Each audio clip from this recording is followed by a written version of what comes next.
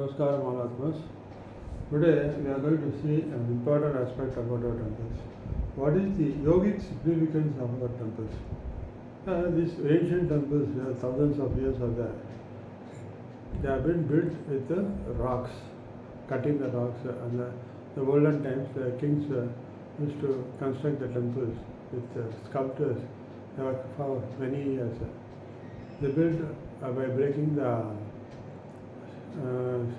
mountains with that rocks because they want this to be a long life for thousands of years for the temples to remain. They construct with the mountain rocks. There are main reasons, there are yogic significance of various deities in the temple. Why there is a tapakulam? All those got a yogic significance, mainly to bring in peace to the humanity. How it comes, let me explain. Because these things have not been explained in temples. We just go to temple and do the prayers and then just come back. But if this is done in a perfect yogic manner, one can find a very excellent results.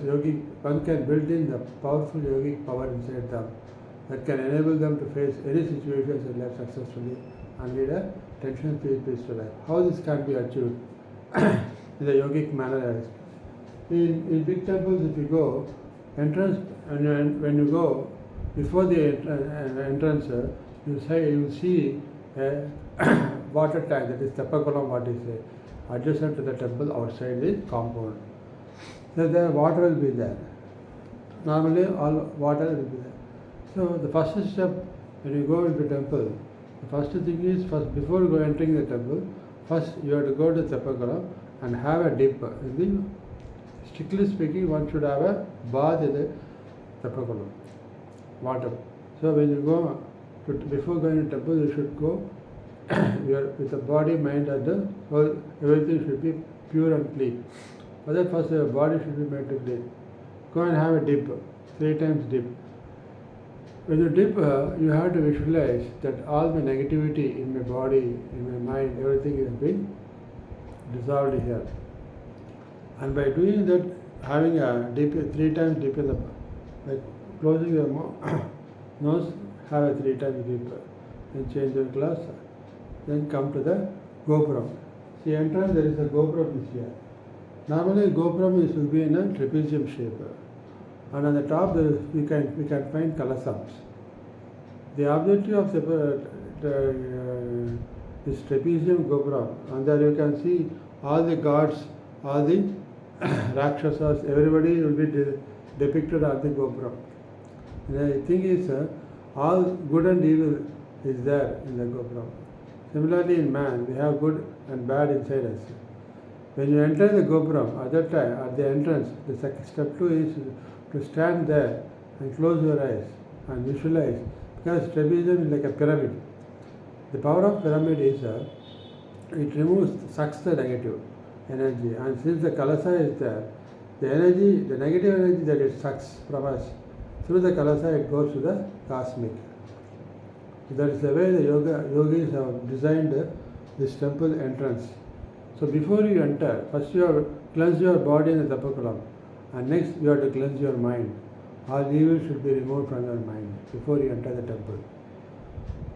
So once thereafter, you close your eyes, visualize all my negative thoughts, evil in me, and all my dejections. Everything is being sucked by the pyramid, gopuram, and taken to the cosmos. Then you enter. Once you enter, first you see in every temple the Ganapati. Why Ganapati is kept? Because Ganapati is the god who removes the obstacles in our life. The main obstacles in us is our pride, our ego, our ignorance, our dejections, all these things. See, Ganapati, if you observe, how he is designed, he is having an elephant face with the large ears and the big belly with a trunk.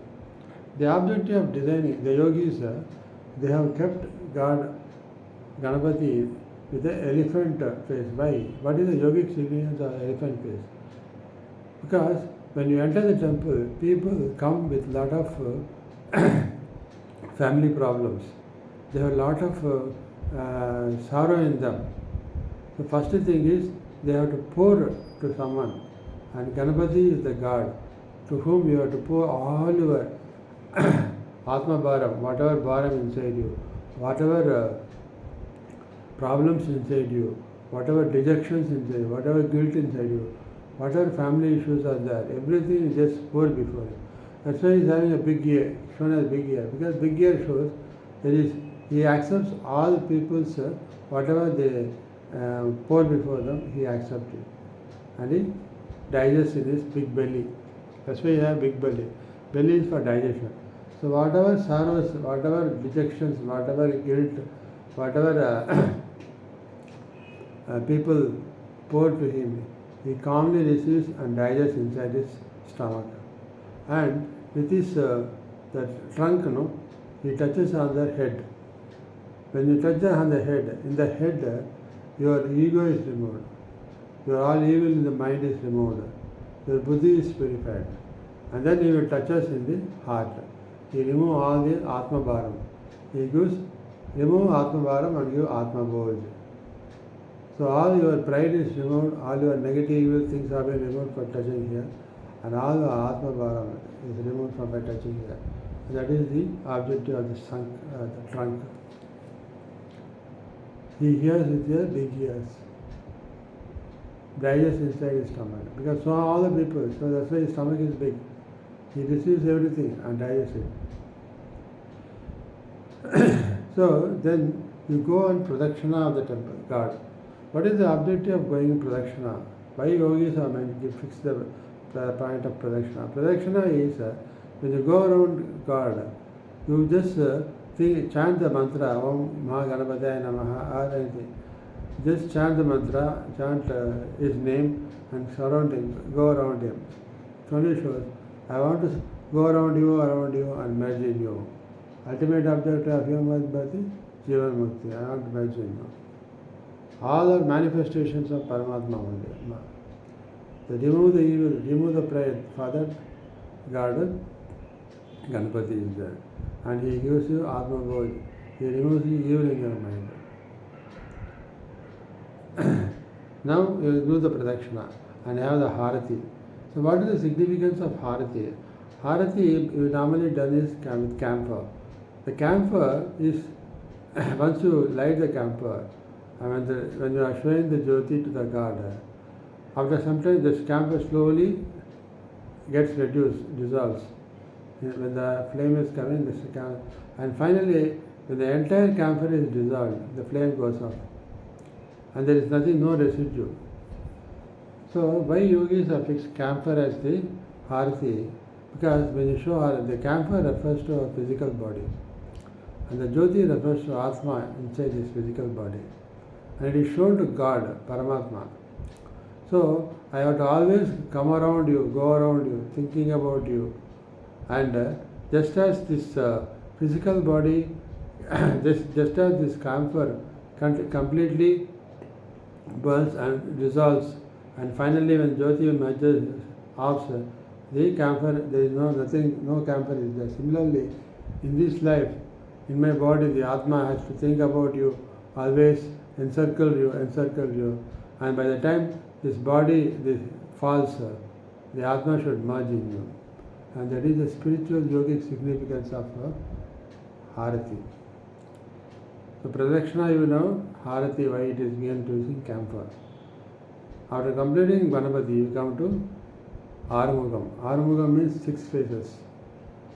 Why we having 6 faces? 6 faces, what refers to is the 6 senses, what each person is having.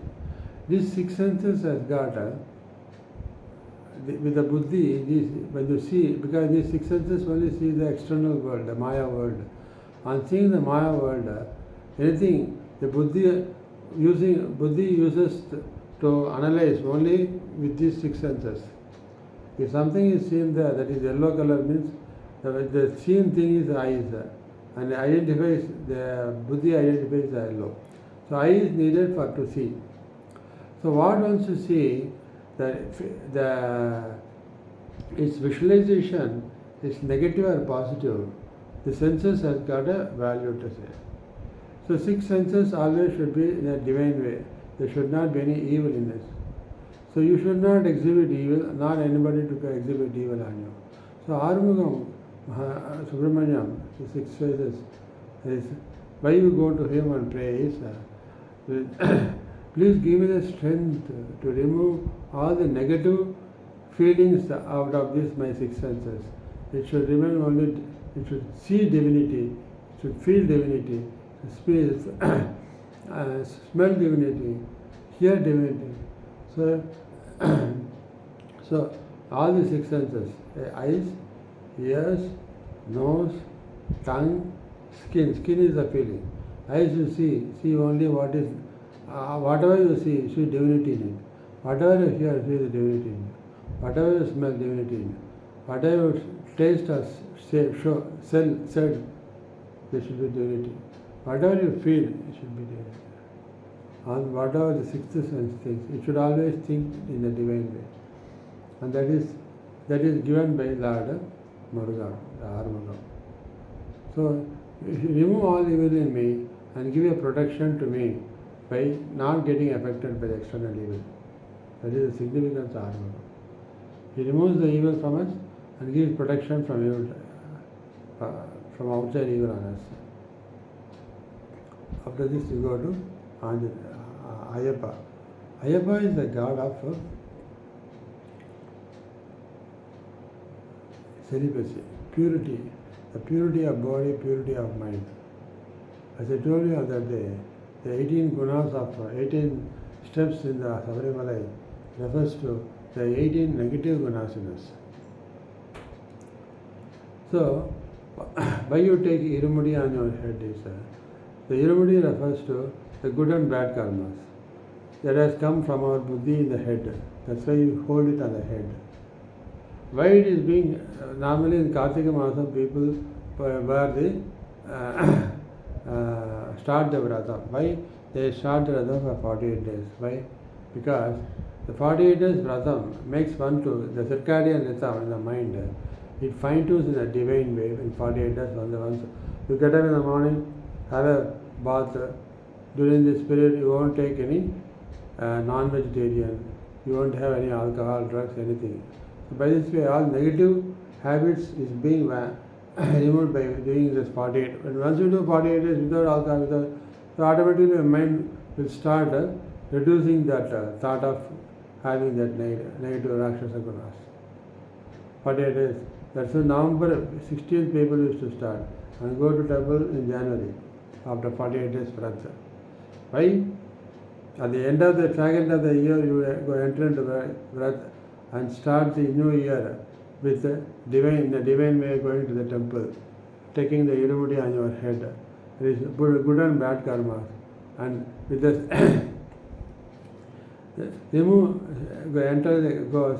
go by the 18 steps, remove the 18 negative gunas. Pride, lust, anger, jealousy, hatredness, shyness, inferiority complex, superiority complex, vengeance attitude, cunning, crooked. So like that,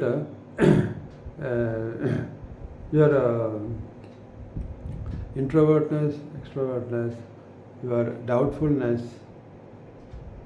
your possessive nature, your perverse nature. So like this, so greed, your avarice, all these things, all negative gunas make these 18 steps. I already explained the 18 steps. This you have to offer it by removing your 18 negative gunas, carrying the good and bad gunas, offer it to him. So this is the purity of Ayyappa. It keeps body, mind and soul in a pure celibacy manner. It is very essential for you to lead a successful, peaceful life in a divine way. Go on to Lakshmana. Then go to Anjaneya. Anjaneya God, you know, it is like every human being is having Anjaneya inside. We don't know our own power. Anjaneya, when Rama called Anjaneya and gives Chudamani and asks to fly to Sri Lanka and hand it over to Sita and tell her that I am coming there to take her back. Anjaneya takes the Chudamani, but he gets rejected. How can he go to the Lanka by crossing the sea? How can I do? I don't have that capacity. At that time, Jambavan came and said, just close your eyes, chant the mantra Ram, Ram, Ram. So he just sits and chant the mantra Ram. Ram is the Bijakshara mantra for Manipura Chakra. So when you get fear, when you get doubtfulness, Manipura Chakra disturbs. So when you chant the Bijakshara mantra Ram, the Manipura Chakra get activated positively. That's why when Anjaneya chants the mantra, thinking God in the Anada Chakra, he thinks of the Ram in Anada God and chant the mantra Ram. Then when he chants the mantra Ram, his confidence level, strength increases and he goes to the sky level. Ram, Ram, Ram, Ram, he goes to sky level. And Rama calls all Vanaras to go around Anjaneya and chant the mantra Ram, Ram, Ram. So the vibrations of the Ram Bijakshara activates his Manipura Chakra and his confidence level, Atma Balam, rises to the sky level and immediately flies and reaches the Lanka and hands it over to Rama. So this shows your power, your intellectual power, your treasure is all in depth of yourself. You have to awaken it to reach great heights. Every person is having that talent, every person is having that capacity. When you are not using it, your Kundalini Shakti goes and settles down in the Mooladhara Chakra. When you activate Bijakshara Mantra Ram, it activates the Mooladhara Chakra, that Kundalini Shakti, and it comes to Buddhi and it enables you to reach great heights in your carry. That is the role of Anjaneya. Go around him and visualize that your confidence level is increasing. When you go around the direction of Anjaneya, chant the mantra Ram, Ram, Ram and visualize just like Anjaneya you are reaching to the great heights. After going around Anjaneya, then comes the Saraswati. So Saraswati is the goddess of education. So go around, want good education. Then comes Lakshmi. Lakshmi is the goddess of wealth. Money is needed for livelihood. So for that, knowledge is needed. So now, for that, go around Lakshmi, paying for needed support, wealth for fulfilling our mundane samsaric duties. Then comes the Shakti, Kundalini Shakti. Awakening the Kundalini Shakti is very essential to overcome all negativity in us. So Shakti awaken. Go around, chant the mantra Shakti and visualize the Kundalini Shakti is awakening. And then comes Mahavishnu. Vishnu in temples you can see as Balaji or Guruvayur, whatever the case may be. Vishnu is the God who operates, that is, who enables to carry on our duties during this life and release our karmas. So he gives the needed spiritual power in us, Atma Balam in us to release our karmas. So go around him, ask him, surrendering to him and ask him give the strength during this lifetime while I am crossing from Brahmacharya, Grahasthashrama, Vanaprastha, Sannyasa. Give the necessary strength to operate myself to fulfill my duties and release my karmas. And that is bestowed by Mahavishnu. And then comes the Lord Shiva. Shiva is the god of removing the ajnana in us, that is, ignorance in us. And he takes us the path of samadhi, that is, ultimate reaching the Paramatma. So normally in Shiva, it is in the form of lingam. What is lingam? In Atma Jyoti, if you see the light of flame and see, the golden flame is there, inside which you can see a hemispherical lingam structure. What it refers to in the yogic knowledge is the golden flame refers to our physical, that is our Jivatma, and the lingam refers to the Paramatma. You cannot catch Jyoti because it is infinite dimension. So Atma is infinite dimension. So lingam, what is that? The Jivatma should go to lingam. Lingam is the instrument for you to take you to the deep samadhi state and merge with the Paramatma. There is no shape of Paramatma. Paramatma is shapeless, is nameless anything. The absolute silence deep inside you, where you attain samadhi. The samadhi stage is the Paramatma stage. So that he guide that Lord Shiva, Lingam, in the form of Lingam, when you surrender to him, he catches. If the Lingam you have the Avade, there you hold it, catch hold of, and you will be taken deep inside to the Paramatma. Anandamaya Kosa, where you get absolute silence, and that is the stage of Samadhi, where you can experience the eternal bliss, and that is given by Shiva. And you see, the Navagrahas are there. The Navagrahas, you go around Navagrahas mainly because when a person is born, at the time of birth, each person is an energy body, and each planet is going around each orbit around in the universe. So when it rotates, it has got energy. It sends the energy continuously. So these energies of these 9 planets have an impact of each human being. So that's why astrologers use the position of the planet at the time of birth, based on which during this entire life cycle, at each stage of this position of these various planets, how its negative energy forces will have an impact on the destiny of each person. That they calculate and work out using the astrology. So at any point of time, you come across the various negative events happening in our life. This is mainly because of the negative forces of these Navagrahas. So you go around Navagrahas chanting all the Navagrahas mantra and pray to them to give you the necessary shield to protect yourself from getting affected by the negative forces from these planets. So by which you are creating a shield for yourself. So like this, all the gods in our the deities in our temple have got a yogic meaning behind it. But all are leading to the manifestations towards reaching the Paramatma. So first Vinayaka removes all negative ego, pride in us, and give Atma Bhuj. Muruga removes the negativity in the 6 senses. Ayyappa gives the celibacy in the purity of mind, body, soul. Anjaneya gives the necessary inner strength and self-confidence to reach the great heights. Saraswati gives education, Lakshmi gives wealth, Shakti gives awaken the Kundalini Shakti. Vishnu takes care of our to fulfill our duties during these 4 cycles of stages of life. And Shiva takes us deep into Samadhi by releasing all our concerns, by fulfilling our duties without arrangements. Navagrahas gives protection from the negative effect of the 9 planets. Like this, God, and one of the important things is in temples you can see this Naga, there is 2 Nagams will be there, and center point at the top Shiva is there. This refers to the awakening of Kundalini Shakti. As I told you, Kundalini Shakti is in the Muladhara Chakra. It has to be brought to the Sahasrara Chakra. And this connectivity is the spinal. It is in the form of a snake. There you come across the center step point is called Sushumna Nadi, and there are 2 nadis. It goes like 2 snakes in opposite direction, one in clockwise, another in anti-clockwise. And these 2 snake-like structure is called Ida and Pingala. And center is Sushumna.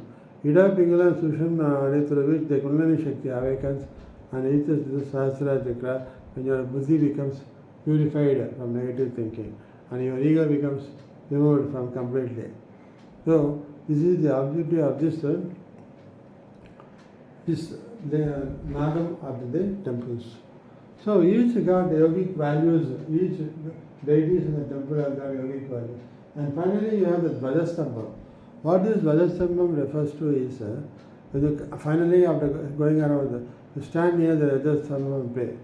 The Dvajastambham, you see, each person comes to the temple with a lot of dejection, problems, frustration, everything.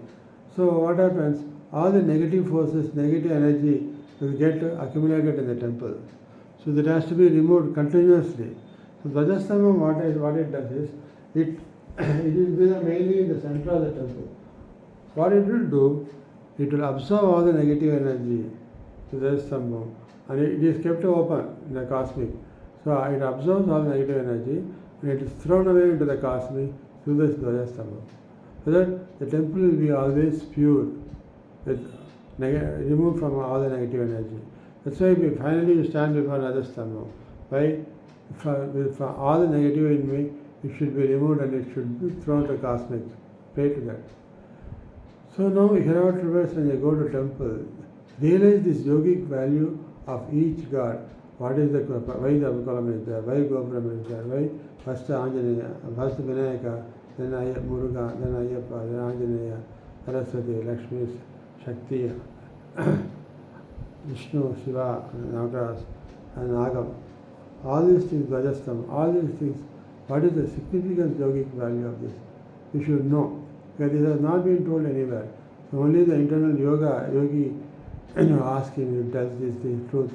Because we have to awaken the yogic power in us, so that when you go into the samsaric life, or from the temple, the next, you can able to fulfill all your duties without any tension and achieve success, prosperity, healthy and peaceful life.